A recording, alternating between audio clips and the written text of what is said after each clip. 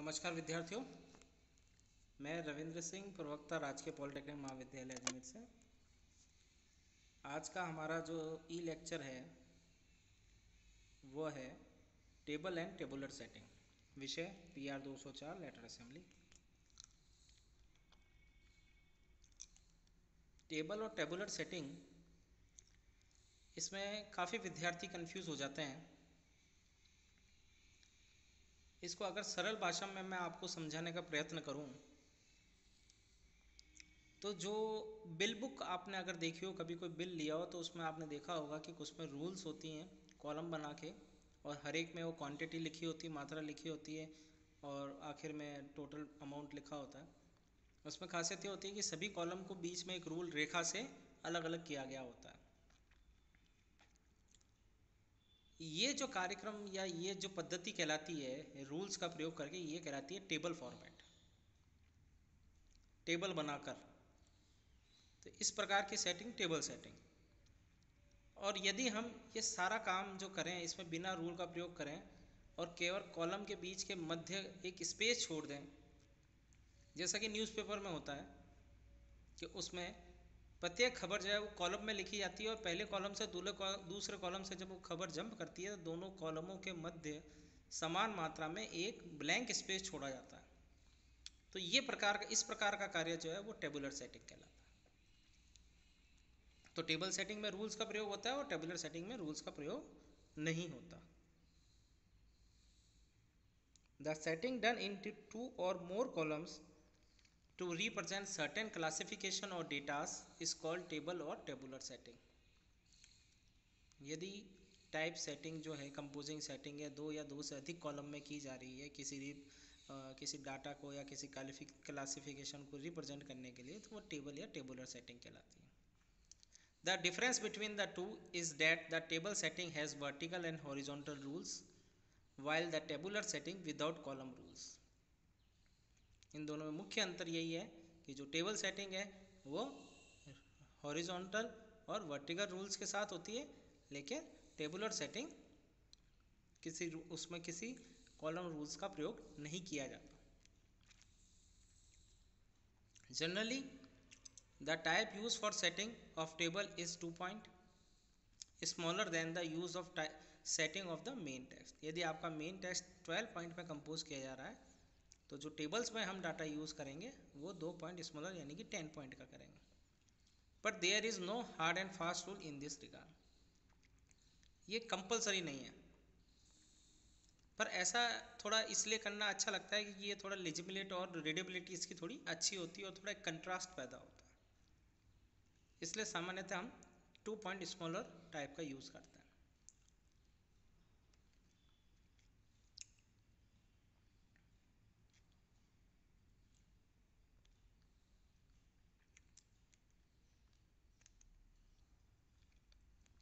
Table setting.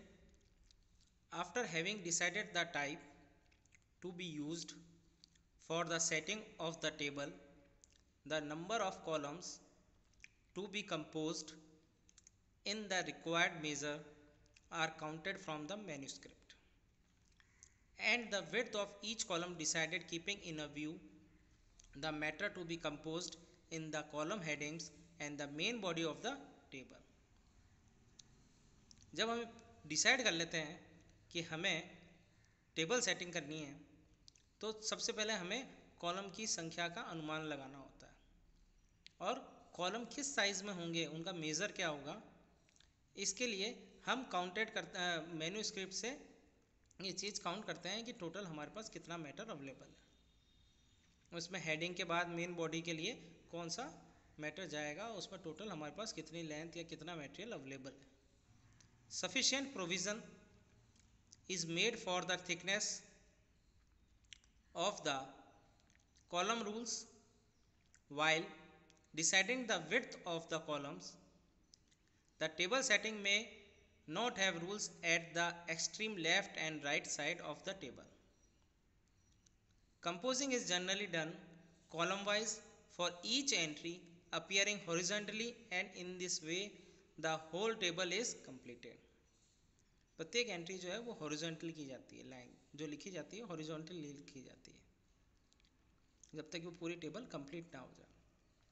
Sometimes rule of column width size are put in each column at the end of each entry, and at other they are printed separately to avoid cutting of the rules into so many small pieces which may not to be of any use later.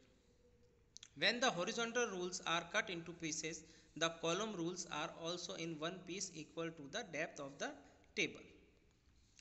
And when the column rules are cut into pieces for each entry, the horizontal rules are all used in one piece equal to the full measure of the table.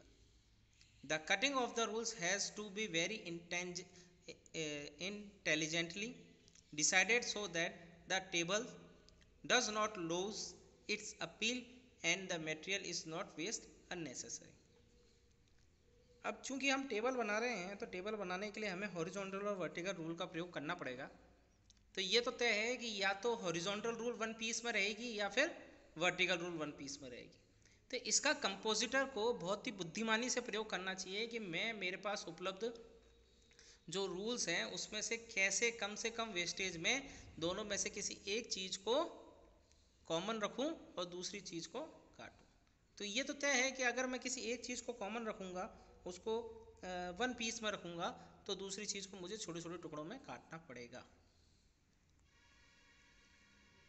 आखिर में जो वो compositor rule use कर रहा है one piece में, चाहे वो हॉरिजॉन्टली हो या वर्टिकली हो, उसका रिजल्ट ये निकलना चाहिए कि टेबल अपनी अपील ना खोए, देखने में भद्दी ना लगे और मटेरियल जो है वो अननेसेसरी वेस्टेज ना हो. यदि आपने मान लिए 2-2 इंच के आपने कॉलम बनाए हैं तो 2-2 इंच के आपने हॉरिजॉन्टल रूल काट दी, बाद में वो रूल काम ही नहीं आ रही है, या फिर बाद में भविष्य में आपने उससे कम का या उससे ज़्यादा का बनाया तो 2 इंच वाला रूल का टुकड़ा काम ही नहीं आ पा रहा है, तो इसका अनुमान पहले ही कंपोजिटर को लगाना उचित रहता है.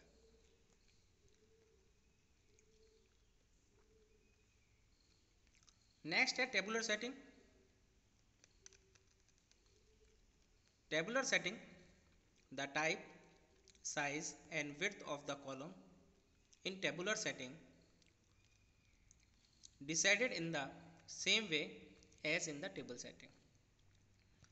जो कॉलम की गणना है और कॉलम की में टाइप साइज क्या रहेगी और विड्थ क्या रहेगी, ये सेम वैसे ही है जैसा टेबल सेटिंग में किया जाता है. The only difference is that here no provision has to be made for the thickness of the column rules, as these are not used in tabular setting. बस मेन डिफरेंस यही है कि जो आपकी रूल आपने वहाँ प्रयोग में लाई है, उस रूल की जो थिकनेस उससे कई ज़्यादा स्पेस थिकनेस इन दोनों कॉलम के मध्य में छोड़ी जाती है टेबुलर सेटिंग करते हुए. The column and items in tabular setting are separated from each other by blank space between them.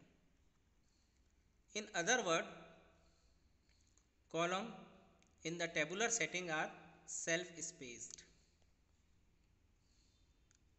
In the case of figure, work composing is done in complete lines and each column is justified singly, while the final justification of the line is done in the last column. जो justification है वो अंतिम column की जब complete हो जाता है तब उसको डिसाइड किया जाता है. जस्टिफिकेशन जैसे कि 3-4 प्रकार के होते हैं: right justification, left justification, centre justification and justification justified, दोनों तरफ से बराबर. The columns of a tabular setting containing descriptive matter are composed silently and then laid along each other duly horizontally arranged. The tabular setting saves the foam rollers for the printing machine for getting damaged. अभी जो अंतिम line है, इस अंतिम line का अर्थ ये है, जैसा हमें पता है कि 2 प्रकार की चीज़ें हम यूज़ करते हैं, एक तो होती है लेड जिसकी हाइट होती है 0.75 इंच, और एक होती है रूल जिसकी हाइट जो होती है वो होती है टाइप हाइट के बराबर 0.918 इंच। तो रूल जो होती है वो बहुत पतली होती है लेड के समान।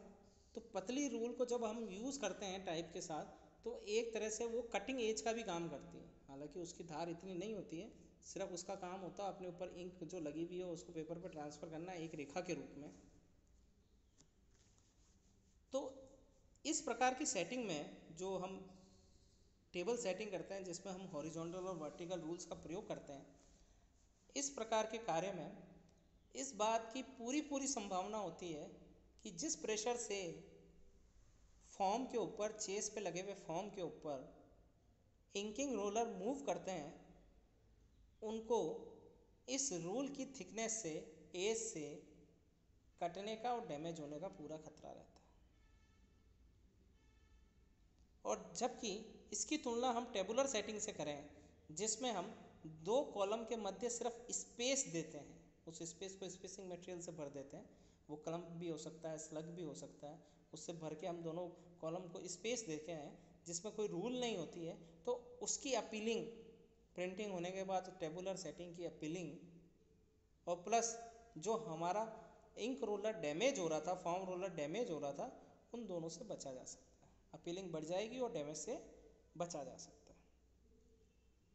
तो कुल मिला के टेबल और टेबुलर सेटिंग दोनों डेटा को या किसी क्लासिफिकेशन को, या न्यूज़पेपर की बात करें तो हम न्यूज़ मैटर को कॉलम में प्रदर्शित करने की एक प्रक्रिया है।